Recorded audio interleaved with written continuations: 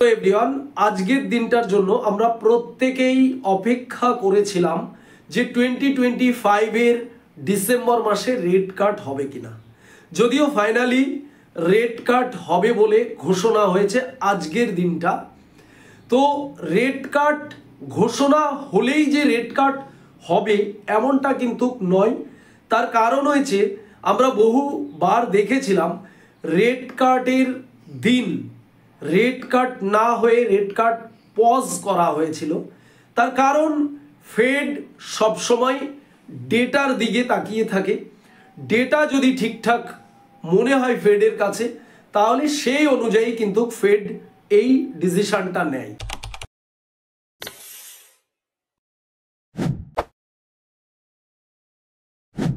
So সবার আগে আমরা যেটা জানবো যে রেড কার্ড যদি হয় এবং সেটা কত বিপিএস এ হচ্ছে সেটা আপনি কি করে জানবেন।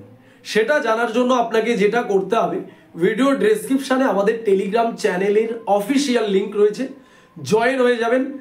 আমরা রেড কার্ড ঘোষণা হওয়ার সাথে সাথে তার যে ফাইনাল রেজাল্ট সেটা কিন্তু আমাদের এই অফিসিয়াল টেলিগ্রাম চ্যানেলে আমরা সবার প্রথম আপডেট দিয়ে দেবো।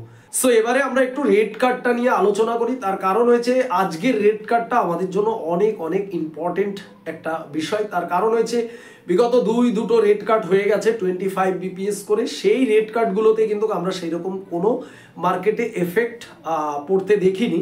বাট আজকের রেড কার্ডটা কিন্তু অনেক বেশি পজিটিভ এফেক্ট ফেলতে পারে।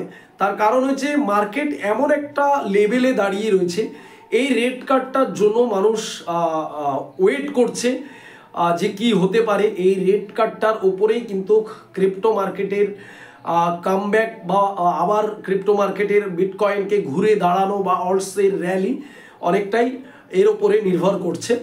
তো বেসিক্যালি দেখুন, রেড কার্ড কিন্তু আপনি আমি বললেই হয়ে যাবে বা আমরা বললেই এত বিপিএস হয়ে যাবে এমনটা নয়।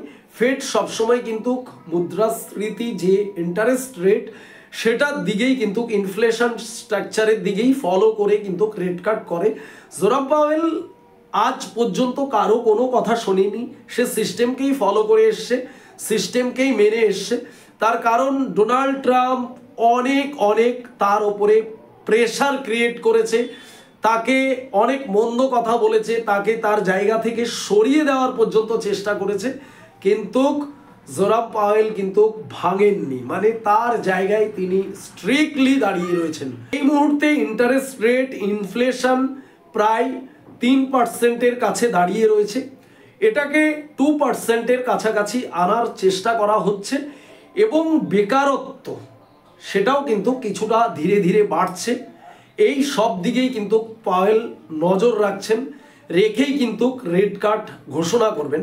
আজকে যেটা সম্ভাবনা রয়েছে রেড কার্ডের, সেটা 25 বিপিএস-এরই বেশিরভাগ সম্ভাবনা রয়েছে।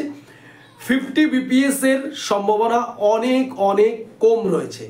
কোনো কারণে যদি আনফর্চুনেটলি যদি 50 বিপিএস রেড কার্ড হয় তাহলে সেটা মার্কেটের জন্য এক্সট্রিম বুলিশ। আর যদি 25 বিপিএস রেড কার্ড হয় তাহলে মার্কেটে আপনি হয়তো একটু জাম্প বা স্পাইক মুভমেন্ট দেখতে পেতে পারেন, কিন্তু সেইভাবে মার্কেটে পজিটিভিটি আনবে না আমার পার্সোনালি মনে হচ্ছে। তার কারণ হয়েছে এর আগেও দুটো রেড কার্ড হয়েছিল, সেখানেও কিন্তু আমরা সেই রকম কোনো এফেক্ট পড়তে দেখিনি। তো মেন বিষয় হয়েছে আজকের রাতটা আমাদের দেখা। আর পাশাপাশি আপনাদের একটু সবাইকে বলে রাখি, যারা আপনারা ক্রিপ্টো মার্কেটে ট্রেডিং করছেন, সো অবশ্যই কিন্তু এই সময়গুলো কিন্তু এই রেড কার্ড এফওএমসি এগুলো কিন্তু খুব সেন্সিটিভ একটা নিউজ থাকে। মার্কেটে অনেক সেন্টিমেন্ট এটা পজিটিভ নেগেটিভের দিকে নিয়ে যায়। তো পাম্প ডাম্পের ব্যাপারটা কিন্তু খুব হয়ে থাকে ক্রিপ্টো মার্কেটে। তো আপনারা খুব বি কেয়ারফুলি ট্রেড করবেন। পজিশন যদি লংয়ে থাকে তাহলে এসএল রেখে ওয়েট করতে পারেন, যেহেতু নিউজ অনেকটা পজিটিভ মনে হচ্ছে। আর যদি শর্ট পজিশন থাকে তাহলে কিন্তু আপনার প্রফিট থাকলে বেরিয়ে যেতে পারেন, লস থাকলেও বেরোতে পারেন, বা এসএল মাস্ট বি ইউজ করতে পারেন। এসএল ছাড়া কিন্তু এই আজকের দিনে আপনার কিন্তু অনেক ক্ষতি করে দিতে পারে মার্কেট। আমরা এই রকম সময়ে দেখেছি মার্কেট সাডেনলি র্যালিতে যায় না, আবার সাডেনলি ড্রপেও যায় না, অনেক সময় পাম্প করে যায় আবার ততটাই ডাম্প করে যায়, দুদিকের লিকুইডেশন নিয়ে নেয়। সো আর যদি আমরা অল ওভার দেখি সব কিছু, মানি প্রিন্টিং, তারপরে যদি ডোনাল্ড ট্রাম্পের বিভিন্ন রকমভাবে ডোনাল্ড ট্রাম্প যে প্রেশার ক্রিয়েট করছে রেড কার্ডের জন্য, হ্যাঁ, সব দিক থেকে কিন্তু অতটা পজিটিভ নয়, ডোনাল্ড ট্রাম্প কিছুই করতে পারছে না এই বিষয়ে। তো খুব বিশাল পজিটিভও না, খুব নেগেটিভও না, মোটামুটি একটা রেঞ্জে দাঁড়িয়ে রয়েছে। যাই হোক, রেজাল্ট আসলেই আমরা টের পাবো, বুঝতে পারবো যে মার্কেটের উপরে কি এফেক্ট নিয়ে আসে, মার্কেটের সেন্টিমেন্ট কি হতে পারে। সময় রেড কার্ডের দিনও কিন্তু রেড কার্ড ঘোষণা হয় না, রেড কার্ডকে পজ করে দেওয়া হয়। সেটাও যদি হওয়ার চান্স কম আছে, যদি সেটা হয়ে যায় তাহলে কিন্তু মার্কেটে অনেক অনেক নেগেটিভিটি ছড়িয়ে যাবে, এটাও কিন্তু আমাদের মনে রাখতে হবে। আর লাস্টে আপনাদের যেটা বলবো, যারা রেড কার্ড কটায় হবে, যাদের মনে এই প্রশ্নটা ঘুরছে তাদের বলে রাখি, আজকের রেড কার্ডের ঘোষণাটা কিন্তু একটু টাইম চেঞ্জ হয়েছে। ইন্ডিয়ান টাইম 12:30, বাংলাদেশি টাইম 1টা, আপনাকে জেগে থাকতে হবে যদি রেড কার্ড সম্বন্ধে জানতে হয় বা দেখতে হয়। আর অবশ্যই ভিডিও ডেসক্রিপশানে টেলিগ্রাম চ্যানেলের লিঙ্ক রয়েছে, জয়েন হয়ে যান। আমরা কিন্তু সাথে সাথে আপনাকে রেজাল্ট ঘোষণা হওয়ার একদম কয়েক সেকেন্ডের মধ্যে আপনি রেজাল্ট পেয়ে যাবেন, এবং মার্কেটের মুভমেন্ট কি হতে পারে সেটারও আপডেট আপনাদের আমরা টেলিগ্রাম চ্যানেলে দিয়ে দেবো, যে আপনি অ্যাকচুয়ালি কি করবেন কি করবেন না।